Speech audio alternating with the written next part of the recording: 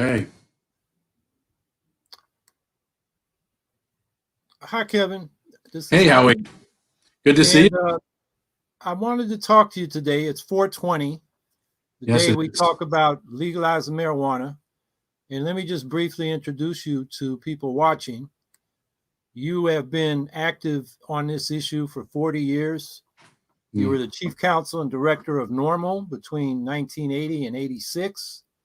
In 1988, you founded the largest drug policy organization in history, the Drug Policy Foundation, which is now the Drug Policy Alliance, which is a really good source of information. And you've written books on this. You're currently president of Common Sense for Drug Policy, which publishes Drug War Facts, another good source of information. So I got the best guy to talk about this on 420. Well, and I'm an ally of yours, and I'm happy to talk about it. 420, it's kind of a celebratory day for the pot movement, but it's always important to remember that despite the progress we made a lot of progress. There are still hundreds of thousands of arrests each year. There are still tens of thousands of people in jail now for marijuana offenses, and even larger numbers for drug offenses. And so we still take a marijuana war and drug war approach to these issues, which has been a mistake for longer than I've been working on the issue. But it's a serious mistake that affects people's lives in big ways. So that's why I stayed involved. I got involved when I was in law school, and I stayed involved, and I'm still involved. It's a critical issue. And so, what is Biden's and Trump's position on marijuana legalization? Well, as I was saying that, I was thinking about Biden because he was really a nemesis throughout my career. He was either the ranking member or chairman of the Judiciary Committee in the 80s and 90s. And he shepherded through some of the worst drug policy legislation we've ever had. The 1984 Comprehensive Crime Control Act began this move toward mandatory sentencing, and it also included all sorts of restrictions on the right to bail. There was now, rather than a right to bail, which is in the Constitution, there was presumption against bail in drug cases. It attacked the attorney-client privilege. It allowed for forfeiture of property before someone's convicted of an offense.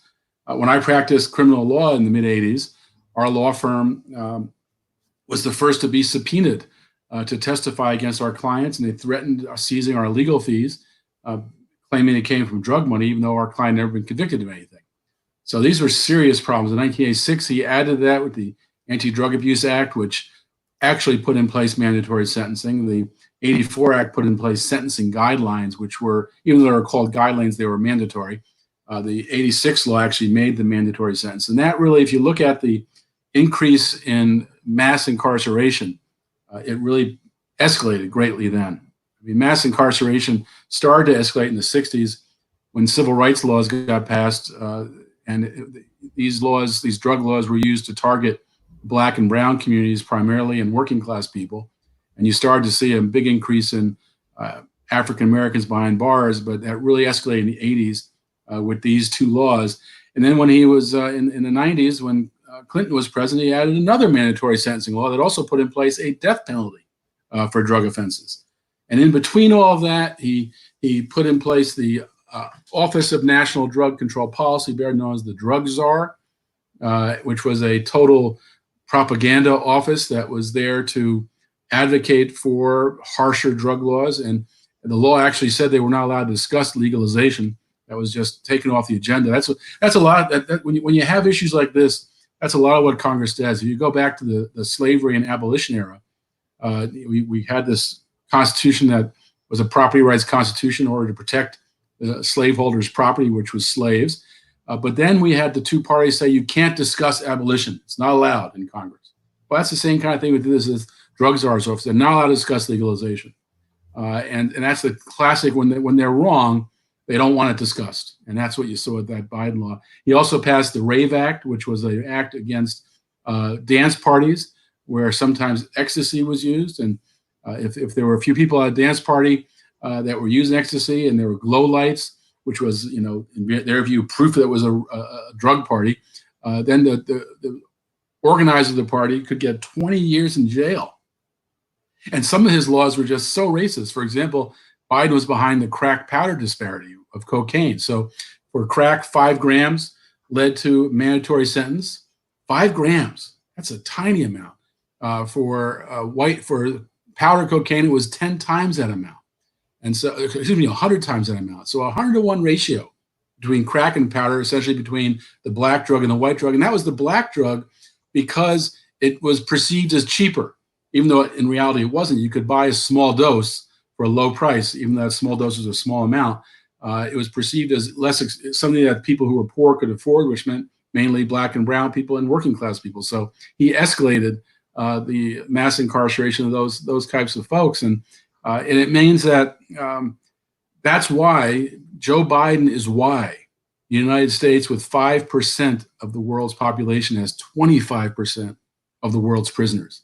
So it's a terrible record, and it continues now. He still opposes legalization of marijuana, even though it's now been passed in 10 states.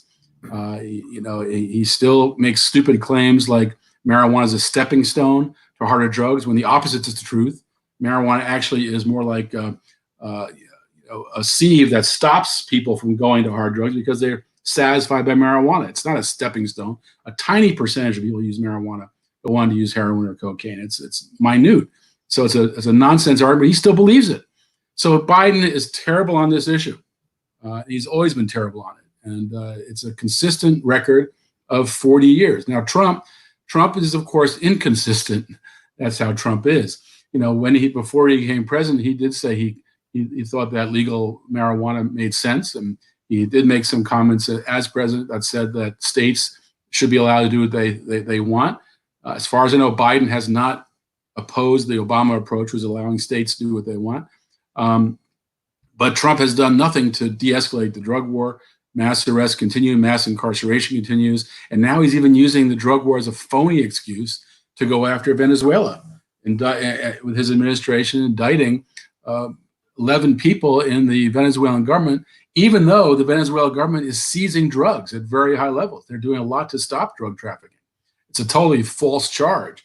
In fact, Venezuela kicked the DEA out of their country in 2004 because they were involved in regime change activities, the Drug Enforcement Administration. And after they got rid of the DEA, they actually increased the amount of drugs that were being seized. So the DEA was a hindrance, and now we see Trump using this as an excuse, even though U.S. ally in Honduras, that is much more of a narco country. I mean, the brother of the president has been convicted, and in that trial, the president was implicated.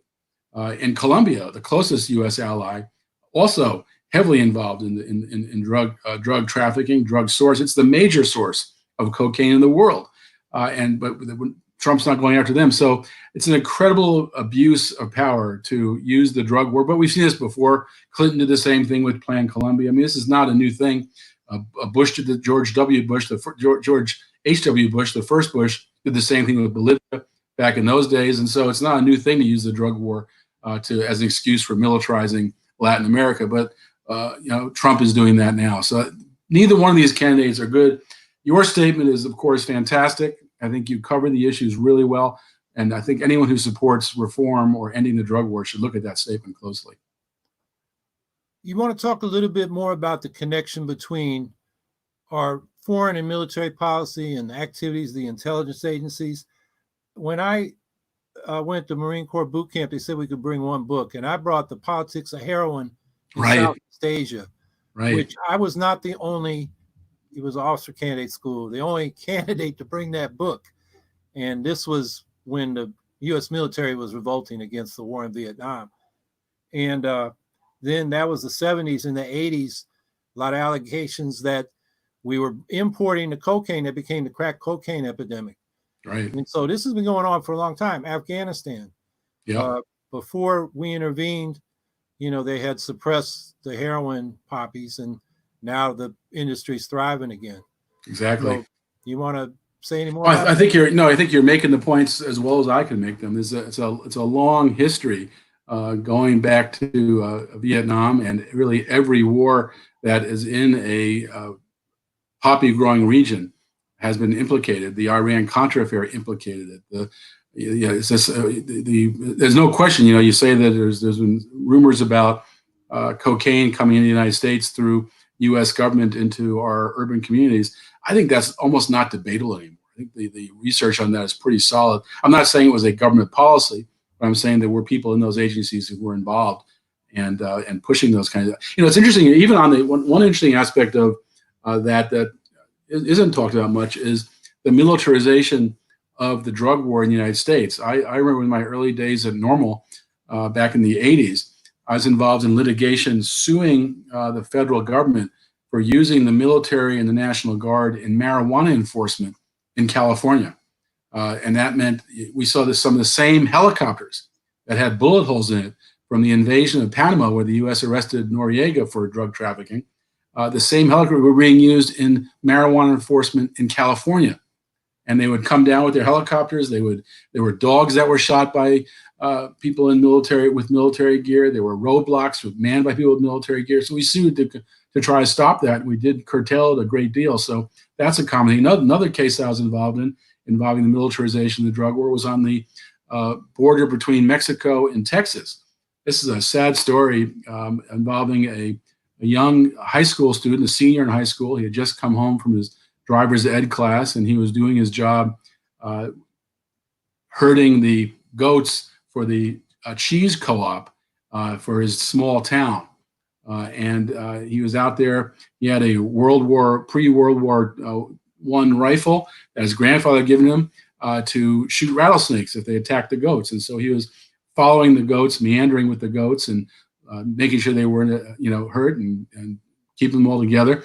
And there was another young Latino guy who was a Marine, and the poor guy was out there in 100+ degree temperature wearing these bungee suits, which are these camouflage suits that make you look like you're a cactus that you're growing on the Mexican-Texas border there. And he was watching Ezekiel Hernandez as he was going after his goats. And he radioed El Paso, hundreds of miles away, and said, suspected marijuana smuggler, described what he was doing, described that he had a rifle, and he got the order to shoot to kill. Mm. And this kid was killed, Ezekiel Hernandez Jr. And I went down to the town to meet with the family and the community. And the community was petrified.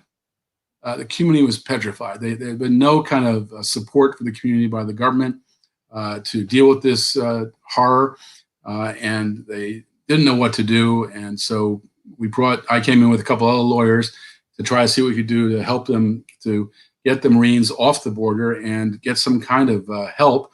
I went to the spot where Ezekiel was killed. And from that spot, I could see his house because he was just in his backyard. I could see his school. I could see his graveyard. I could see his church. That's how close he was to the community when they shot and killed him. And we were able, by bringing focus to that case, to really stop the use of the Marines on the border. And that was, I think, a major victory. So, yeah, there's a close connection. And you can also see the connection really in police enforcement and militarization in the United States all over, because we provide military gear to police departments throughout the country. And we see how police have gone from Officer Joe friendly to Officer camouflage. And they, patrol cities with military gear. And when there's any kind of a disturbance, they come out with their military gear. So the connection between militarization and the drug war and the impact at home and abroad, as on our foreign policy and domestic, is serious. And that's one more reason why the drug war needs to be ended. Yeah, I have called for release of all the nonviolent drug war prisoners and expungement of their records. Exactly. Particularly now in this coronavirus crisis.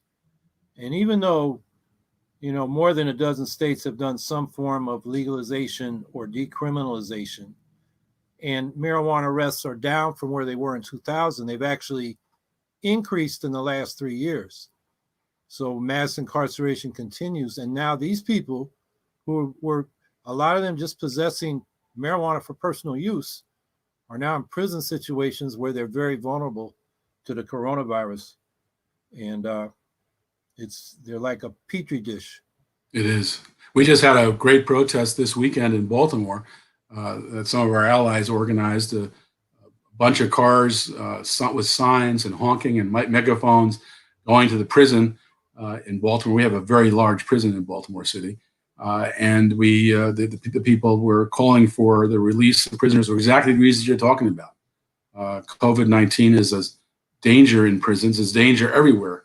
But in prisons where you're trapped and really can't follow any guidelines to protect yourself, it's time to make change. I'm glad to see that Hogan, after this protest, I'm not sure saying the protest did it, but our governor is now talking about trying to let prisoners out. I think we should let out all nonviolent offenders, all those who are waiting in jail for trials.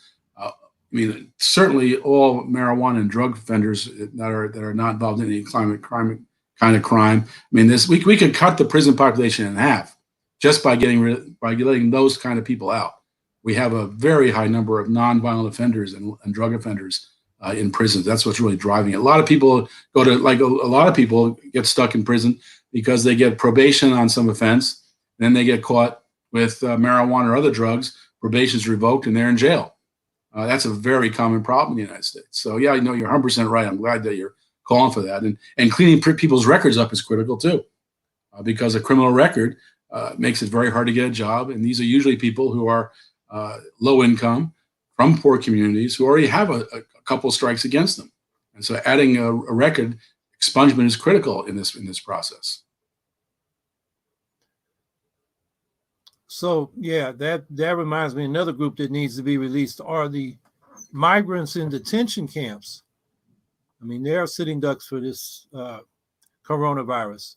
Well, I love about your policy on migrants, by the way. I think that modeling our borders after Europe is a way to go. I mean, we see Trump talking about militarizing the border with Canada. He's already militarizing the border with Mexico. That's the exact wrong direction to go. Unfortunately, Biden has never been any good in these issues either. And obviously, the Obama-Biden administration was not good at immigration. Everything that Trump is doing, they did as well, just with less fanfare. So neither one of these candidates are good on immigration. I love your position on the European border model. Yeah, within the European Union, people are free to move around. Exactly. When I raise that, people say, well, all the Mexicans and Central Americans are going to come here. Well, why didn't all the Greeks, which is still flat on its back economically, move to Germany or France? They didn't. That's right. Don't stay where they're at. Exactly. Maybe do some migrant labor and send remissions back home. And, we're looking at countries like Honduras, which I mentioned earlier. There was a coup in 2009, which the Obama administration quickly ratified by the military. That's right. And they went from having a democracy to having this drug cartel, running the country. And they had a fraudulent election after that to reinforce it. It was obvious that the coup president had lost, but they stopped the count, took a few days, and lo and behold, he won. And I think a lot of the issue of migrants coming from Latin America is because of U.S. policy. Trade agreements, U.S. getting involved with regime change operations. These are U.S. policies that are making life untenable for people. They have no choice but to survive in Honduras, you have to leave. Yeah. So one of the questions is, okay, the states are moving to legalize. Why should the federal government step in and just legalize marijuana at a federal level? Well, I think what the federal government should, I think what the federal government should do is a couple things immediately. First off, take marijuana out of the Controlled Substances Act. Right now, marijuana is in Schedule 1 of the Controlled Substances Act. There's 5 schedules. Schedule 1 is the most restricted schedule. And Schedule 1 is for drugs that have no accepted medical use in the United States. Obviously, marijuana has accepted medical use, thousands, tens of thousands, probably, I haven't looked at a count lately, it's probably hundreds of thousands, because more than 30 states now have legalized medical marijuana, and yet the federal government continues to treat marijuana as not being a medical drug when it clearly is. I was involved in litigation on that in the 80s. I can talk about that if you like, but it's just the factual evidence in support of medical marijuana, even back in the 1980s, was very strong. So first thing is get that out of the way. Doing that will open up medical marijuana in states, because some states see a Schedule 1 drug and they say, oh, we can't, go against federal law that determines medical use. And so the federal government's really blocking that. The second thing the federal government should do is end the federal laws against marijuana prohibition, and that includes at all levels. And that means that the federal government, which still enforces marijuana laws under federal law, should get out of that business. And then I think we have to make it clear that states that want to put in place legal adult use of marijuana should be allowed to do so. And banks should be allowed to operate with marijuana dispensaries. Right now, the federal government blocks banks from working with marijuana dispensaries. I think that's a gigantic error that just increases the risk of crime and violence, because an all cash business, a major problem. And by doing that, also we have to that impacts. The federal government impacts labor laws. Right now, workers in marijuana businesses don't file their Social Security or Medicaid or federal taxes, so they're being left with no health care in the future, no retirement in the future.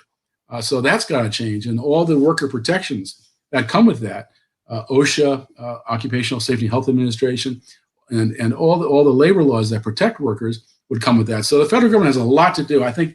But I when you say legalized throughout the country, I'm not sure we can tell a state they have to legalize. I mean, this is one thing about criminal law in the United States, is that the state governments really are responsible for most criminal law enforcement. And that's based on their community standards, their budgets. And so I think the federal government probably encroaching too much to order every state to legalize. I'm not as comfortable. I'm not sure how you feel about that, but I'm not as comfortable with that. But I think the federal government should remove its laws and put in place protections for workers, allow banks, and allow medical use. I think those would be gigantic positive steps. Yeah, I understand that. I wrote a long paper on community control of the police. And oh, that's a great paper. Federal government cannot mandate that, but the Department of Justice can provide resource incentives and policy guidelines to encourage community control of the police. And they could do the same thing with respect to marijuana laws in the states. I think that community control police statement is one people really need to read, because that is such an excellent historic and current review. And people don't understand community control of police. A lot of people don't. More and more people are getting it. You know, people confuse that with community policing, and they're kind of almost opposites. Community policing is an excuse to put more police in communities. Community control of police is giving communities the control of who polices their communities. That means in Black communities, it's Black community control of police. That would make a tremendous difference. That would really transform law enforcement. They would be really put in a position of protecting communities and people, and working with communities and people, and not being a occupying force. Is what we see in Baltimore here.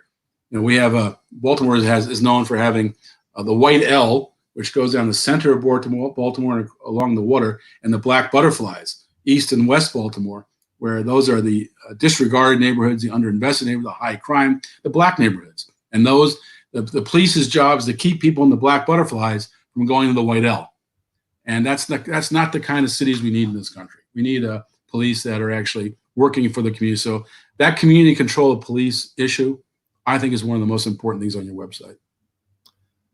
And I think it relates to enforcement of marijuana laws. Oh, yeah. You know, stop and frisk, which is formally rescinded in New York City, but in fact, marijuana bust is still the marijuana bust capital of the world. And it's very high Black marijuana busts. Yes. Black people are impacted much higher than white people. And when they stop and frisk, or as the kids say, we get tossed by the police. Right. Most of the 90% of the time they find nothing. Yep. Most of the rest of the time it's possession of small amounts of marijuana. Right. And it gets them into the criminal justice system when they were bothering nobody, going about their own business. And so with community control of the police, we can say, stop. And then those poor kids get put on probation and get busted for some other minor thing again, and their probation's revoked. And so it just creates this whole cycle of incarceration. Yeah, there are people in prison right now risking coronavirus infection. That's right. That's right. Very minor violations of parole or probation. Exactly. You know, they maybe missed an appointment, and it might have been because public transportation didn't show up on time. That's right. And so they get thrown back in. And so, yeah, that's you know, And New York's famous for stop and frisk because of Bloomberg and Giuliani. I mean, they were terrible mayors from that perspective. But I can tell you, Washington D.C. has what's known as jump out squads.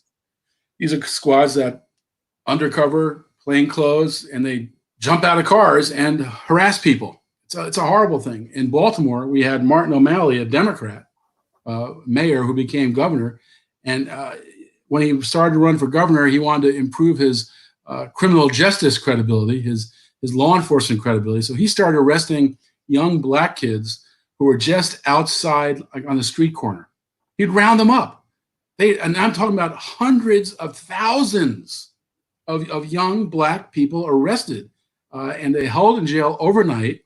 The next morning, the police give them a form to sign. I will not sue you for false arrest. And they tell the kids, sign this form, we'll let you go. No charges. If not, we're gonna hold you. And so these kids are signing these forms, giving away their civil rights. And then he used that to run for governor.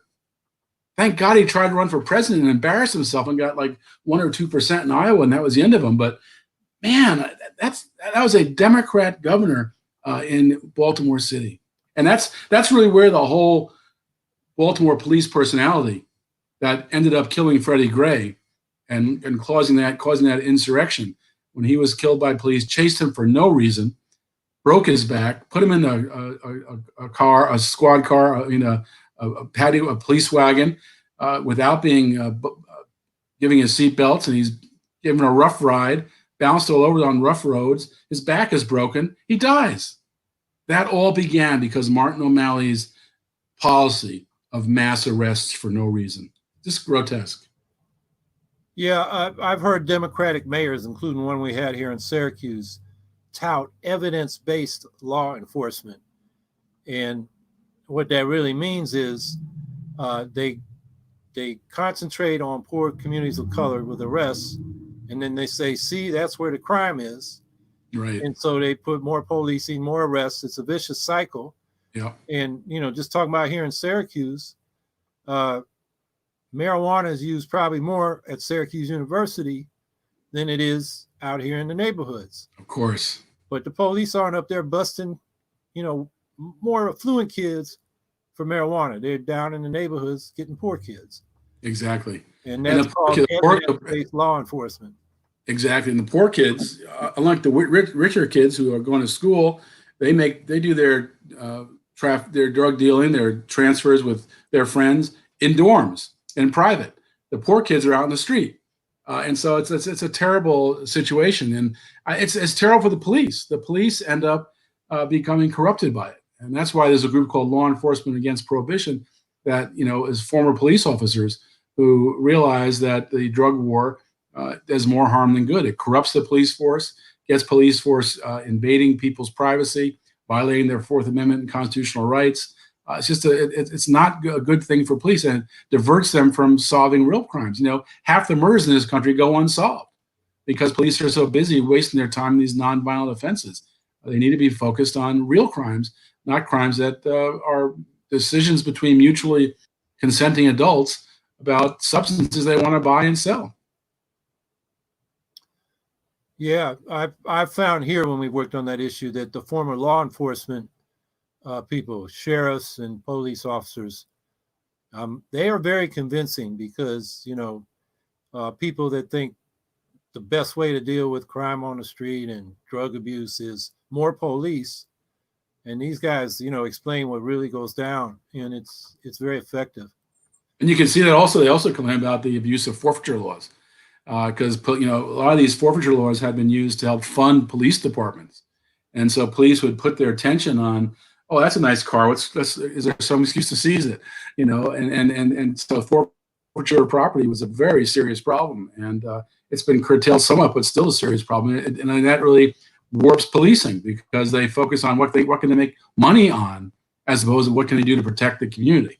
So it's a really, the drug war is a big negative for really professional policing, and a lot of police know it. Some, as you said, some of our best allies are the police. I worked with numerous police chiefs when I was working full time on the drug issue, who were some of the best spokespeople because they really could tell in a practical way the reality of drug law enforcement and what it does to police departments and why it's not a good way. Police know they are not social workers. Police know they're not health workers. And then the bottom line on drug issues is drugs are health and social issues.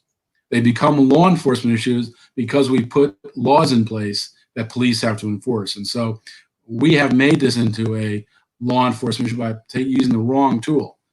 Drug laws should be primarily led by health and social officials. It's Kurt Schmoke, who I used to work with in Baltimore. Kurt Schmoke was the mayor of Baltimore. He was in favor of legalization, and I was on his working task force on coming up with a policy for Baltimore, which is a great experience. It was a really interesting challenge.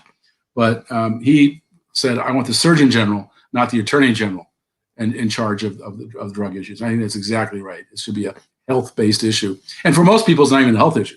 Most people use marijuana with no health problems. And so it's not even a question of health issues. It's really, there's no value to law enforcement arresting someone who uses or even sells small amounts of marijuana. There's no value to it. It doesn't help the person arrested, doesn't help the police, and it costs the Treasury lots of money. Every arrest is tens of thousands of dollars. It's absurd. I'm going to remember that slogan. We need surgeon generals, not attorney generals, to deal with drug abuse.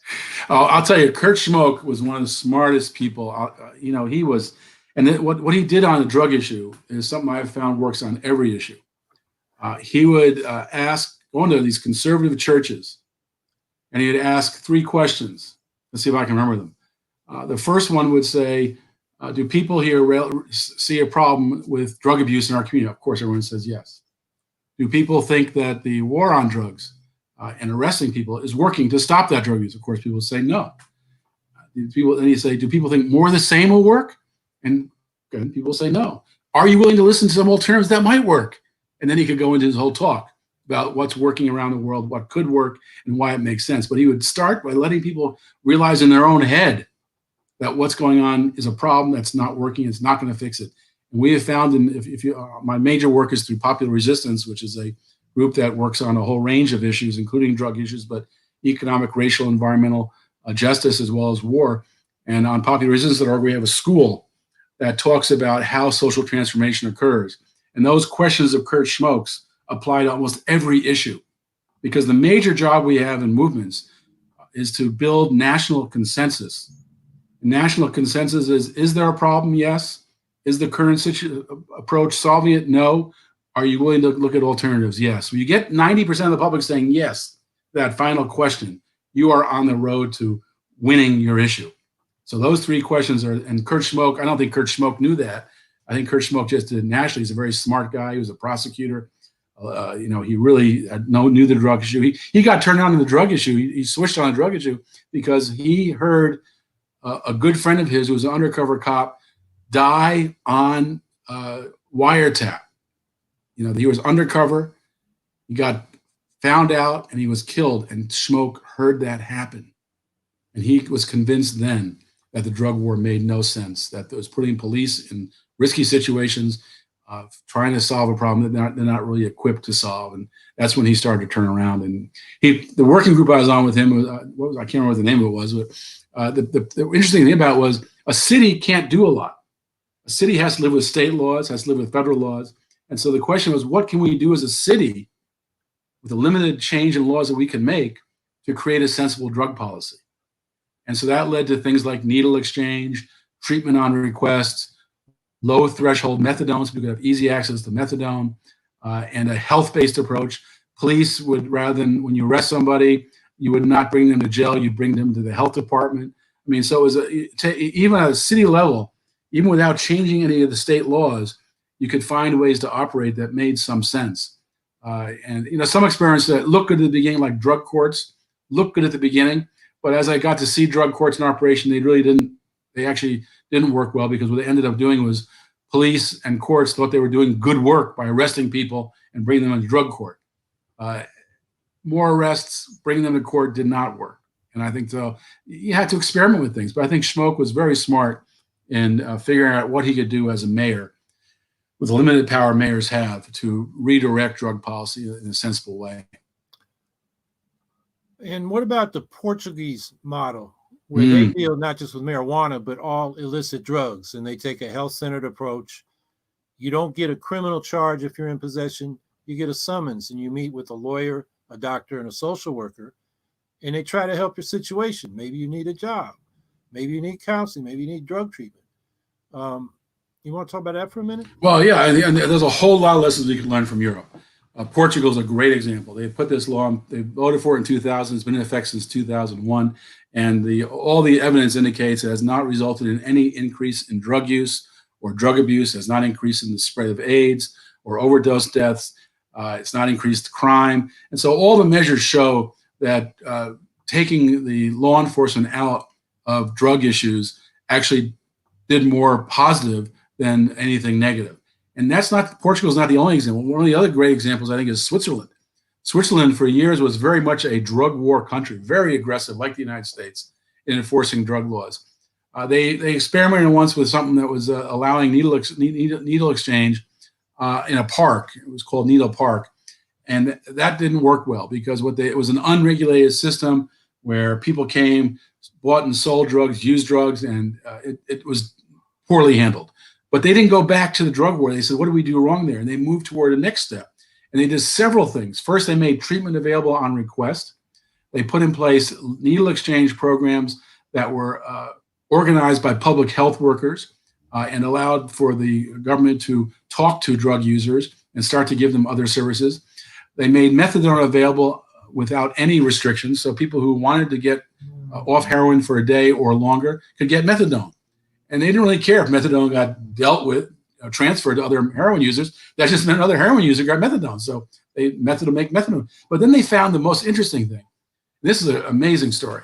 They found that there were certain heroin users who didn't want methadone. They wanted heroin. And they were not going to get off heroin. They wanted heroin. And so they set up a program, initially a pilot program. There's one thing the Swiss do that we don't do is they have a lot of referendums. And so they were going to have a referendum. Sorry, my microphone came out. They were going to have a referendum on this idea of legal heroin. And so they did a pilot program where people could go to a clinic, purchase heroin for a legal price, which was 10% of the illegal price, $10 rather than $100, $60 rather than $600. And they would use the heroin under the eyes of a healthcare worker. Then that service would also provide information on education, on housing, on employment, on school, on helping rebuild people's relationships. And what they found was, initially they called it legal heroin for a very limited group of people who refused to stop using heroin and use methadone. What they found with them, the surprising they found a year into the program, was after a year of being on the program, heroin users got tired of being on heroin. They had gotten their life together. They had an apartment. They rebuilt their relations with their family. They got a job or were in school, and they didn't need the crutch of heroin any longer to deal with the challenges of life. They were living a good life, and heroin was a hassle. And so they wanted to get off of heroin. And so they started to call this heroin-assisted treatment rather than legal heroin because they realized that by providing heroin and support services, they actually help people to stop using heroin. Really amazing. And so I think that we have never tried that in the United States. Now, cities like Baltimore and San Francisco and Oakland have heroin problems going back multiple generations. It's a cycle that doesn't stop. We should be doing pilot programs in cities like Baltimore and San Francisco with heroin-assisted treatment because I think we'll find that's a way to really, especially right now, with the incredible level of overdose deaths that we're seeing. Heroin-assisted treatment could stop those overdoses. Using heroin with a healthcare worker, no overdoses, no spreading of AIDS, no dirty needles, no hepatitis, and so all those health problems immediately stop. If you provide, see with the COVID-19, my hair's getting long, and it keeps getting in my ear, knocking my But anyway, and I'll just give one more example of European lessons, and that's the issue of harm reduction. When I was working at Drug Policy Foundation, we brought some people over from Liverpool, a doctor and some activists who were drug users and former drug users who were activists in the heroin community. And they had developed a program called harm reduction. And the idea of harm reduction is rather than trying to get someone to stop using drugs, get them to reduce the harm. take steps to reduce the harm. And so that's where the idea of needle exchange began, was the idea of reduce the harm by stopping the sharing of needles. And the way it got, we brought it to the United States, and it was a whole new idea here, and it caught on very quickly. I became one of the founders of the Harm Reduction Coalition, which was a whole series of healthcare workers and needle exchange workers all over the country. Fantastic work. People were doing work in heroin using communities to try to reduce harm, a real public health approach. The way to understand harm reduction is, think about it like this.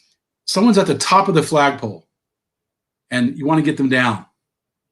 Without harm reduction, you say, jump, I'll catch you. With harm reduction, you say, take a step, take another step, and come down the pole gradually. That's what harm reduction is. It's a way to and to reach people where they're at. And I went out and did needle exchange in Baltimore before needle exchange was legal. And it was really a really great experience for me, because when we were out there doing needle exchange, it was amazing how quickly the people who use heroin got in line to get heroin, how they wanted heroin, wanted needles, not just from themselves, but for their friends and family. They were concerned about the health of their own health, their loved ones' health. They didn't want, so it just totally undid the image of the heroin user as someone who doesn't care about health. Immediately they wanted it, and they wanted to protect their health. And so it was an amazing experience, and we found that all over the country. Needle exchange was a great way to step in and really begin to reduce. And harm reduction now, in those days, you weren't allowed to mention harm reduction in any kind of, the Office of National Drug Control Policy made those words not allowed to be mentioned.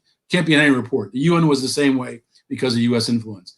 But now harm reduction is mentioned in U.S. government reports. It's mentioned in international reports. It's become a normal route of dealing with various drug issues. So those were Portugal, Switzerland, harm reduction. Of course, legal marijuana really got a lot of breakthroughs in Holland, in the Netherlands. And I remember I was at a human rights conference once with a bunch of lawyers and judges, and took a break at lunch, and we were walking through the streets of Amsterdam, and I was with a U.S. federal judge and a German judge, and the U.S. judge, Judge Robert Sweet, said to me, "So where are these marijuana shops I hear about?" And we had walked by about 2 or 3 of them.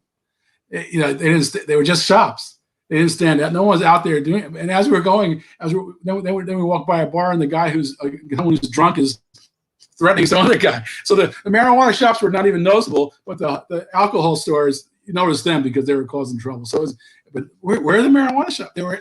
I always thought it would be so great for people in the United States to actually go to Amsterdam and see how it works, because it works so well. So when I worked on drug policy on a daily basis, we did a lot with European countries because they were more advanced than most parts of the United States. Yeah, and the crime is we're not doing those pilot programs and looking at harm reduction strategies. We have a decline in life expectancies in the working class of this country. And part of that is, declining economic prospects. That's and right. People are dying what they now call deaths of despair. And a lot of them because they turned to heroin.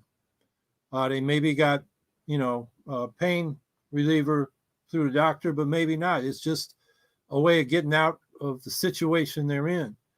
And of course, that's also our health policies. Yeah. Another reason why we're seeing a shortened lifespan. U.S. has some of the worst health policies in the world. And we have, 25% of all the prisoners in the world. That's right. You come out of prison, you can't get a job, you can't get housing, you can't get education. So you're in a desperate situation. So let me ask you a question, Howie. Since you've always been really pretty advanced on marijuana policy and drug policy throughout your gubernatorial runs and other runs, and it's not that you have any expertise, I don't think, professionally in drug issues or any interest in marijuana personally, but what is it that drove you to take these positions and get right on? Because there's nothing that indicates that you have any expertise other than just self-learning. It's basically seeing what's happened in Syracuse. Yeah. I mean, this is you live in those communities, yeah. And, I live on the South Side. It's predominantly Black. And I see the stop and frisk, random stops of cars as well as people walking on the street. And, you know, a third of the houses around here are abandoned. And That's it's right. ruined a lot of families. And it's part of what's destroyed these communities that were, when we had factories, there were thriving blue collar neighborhoods. People Yep. could pay their bills. A lot of these people came up from the South. It was a better situation. And now it's gotten worse. So, you know, when I, you know, heard about these approaches to legalization, decriminalization, and, you know, treatment on request, harm reduction, it just made a lot of sense. And I also heard there was a group, I'm trying to remember its name right now, but it was led by former law enforcement, sheriffs and police officers who had a, you know, very good, I can't remember the name of the group. Was it law enforcement against prohibition? Somewhere A lot in that, of the police who were involved in LEAP came from Central New York, so I wouldn't be surprised. Yeah, but they had a local group with it was a one-word name, and I'm blanking on it now. So, you know, I learned from them, but mainly it was just observing. And, you know, I don't like marijuana myself, but I know a lot of people that do. And they go to work, they pay their bills, they're responsible people. And if I run into them when they're high, I'm less likely to have a problem than somebody that's been drinking. I mean, that's just an observation I've had since I was a kid. So, well, that's what Governor Johnson, who's a Republican who ran for Libertarian president in the last cycle, I worked with him on marijuana legalization because he favored legalization from a libertarian perspective. One thing he said was that he remembers when he was in college that people would say marijuana smokers would be together in a corner smoking pot, everything's fine, but they would say those guys over there are drinking, be careful of them. It's the same experience. Yeah. So anyway, that's how I got to where I did on this issue. You know, basically, what got me into it was when I was in law school. I was planning on going to criminal defense. I was a constitutional type, you know, believer in personal liberty and freedom and all the Bill of Rights. I was young then and didn't realize how false all that was in the United States. But the first job, I went to the professor in charge of legal clinics, and he assigned me to go to Normal, the marijuana lobby. And my first job at Normal was responding to prisoner letters. And as I read through these letters, it was letters from prisoners and their families. You saw the racism jumped out at you because just like when I've been arrested on civil disobedience charges, whenever I've been in jail, it's always the complexion of the jail population is black and brown. I stood out when I was in jail for my civil liberties and civil resistance actions. But these letters were just so powerful. They were just so heartfelt. People who were trapped in jail for years for nothing, for minor marijuana offenses, families that were divided, children who lost their father to prison.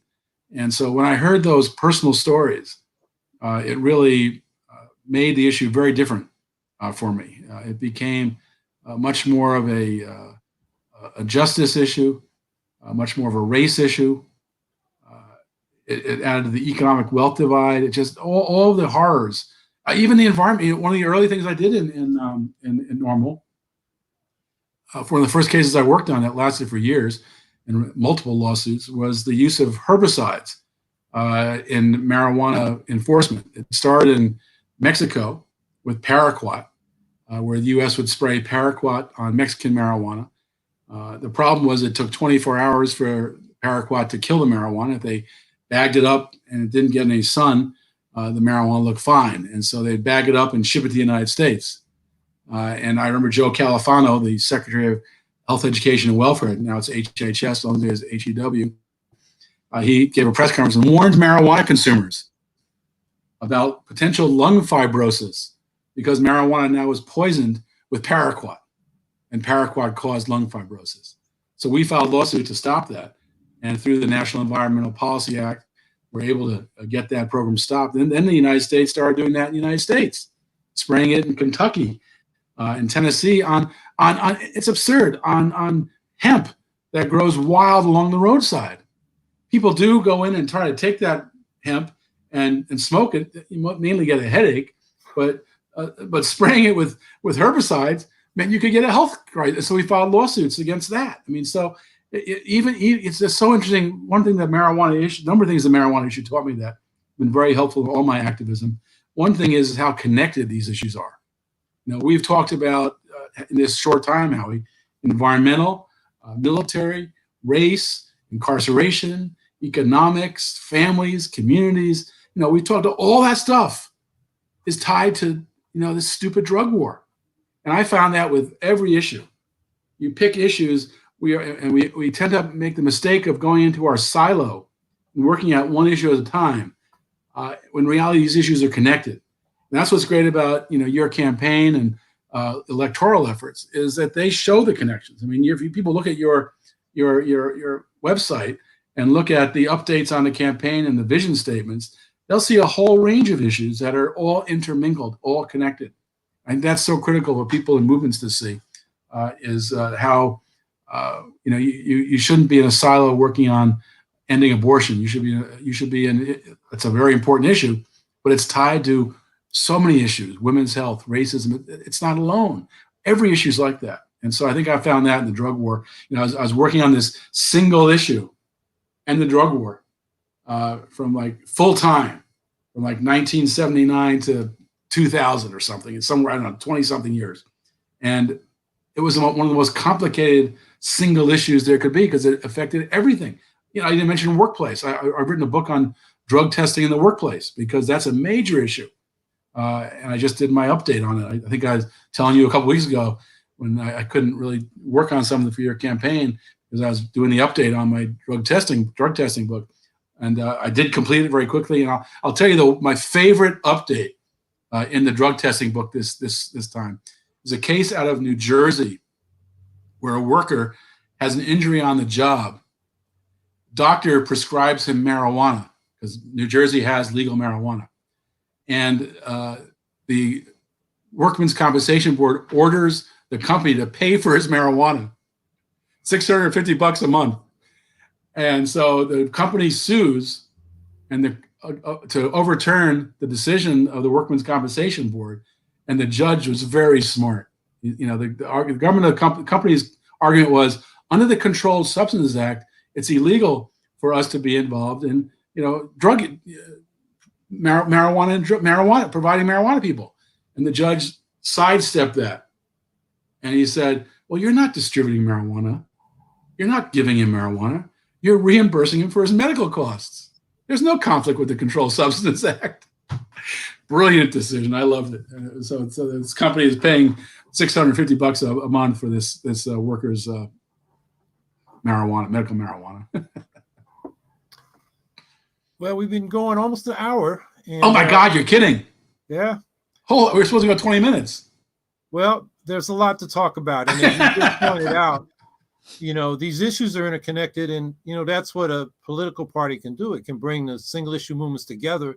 So instead of competing for time, attention, money, we can relate them to each other and they can provide solidarity in a way of advancing the issues that solves and deals with all those issues. So maybe that's a good point to wrap up on, unless there's any points that we haven't gotten to that you want to raise.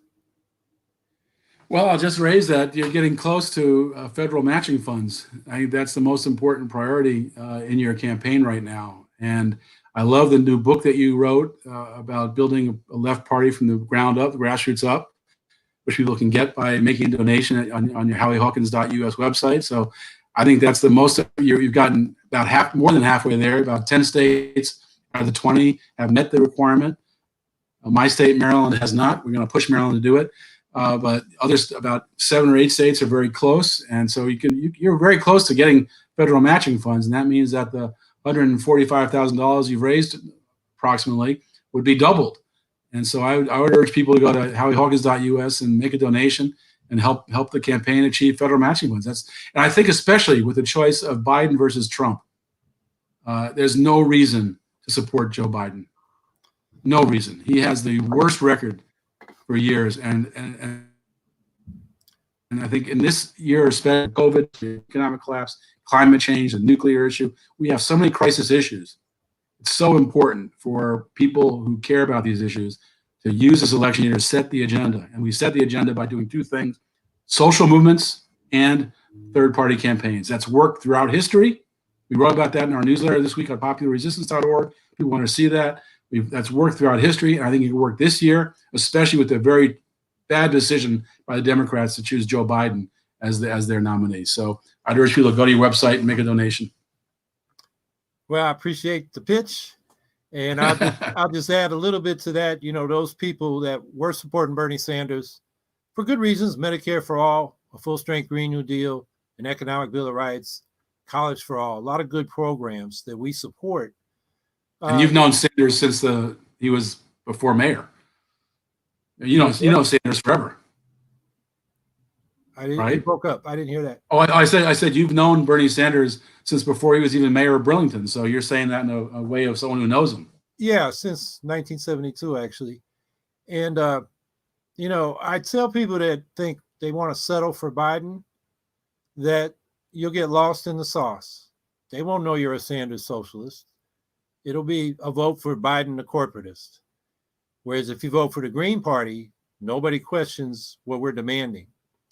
The more votes we get, the more leverage we'll have, because this is continuing through November and beyond. So that's right. So anyway, I enjoyed the talk, and I hope people found it educational. I learned more. And so that's it for tonight. I'm actually doing a question and answer session tomorrow night on somewhere on the internet. You can go to my website, howiehawkins.us, and click on find the events tab, and it'll tell you what's going on. So thank you, Kevin. Thanks a lot. We'll be Keep up the good work. All right. Take care. Take it easy.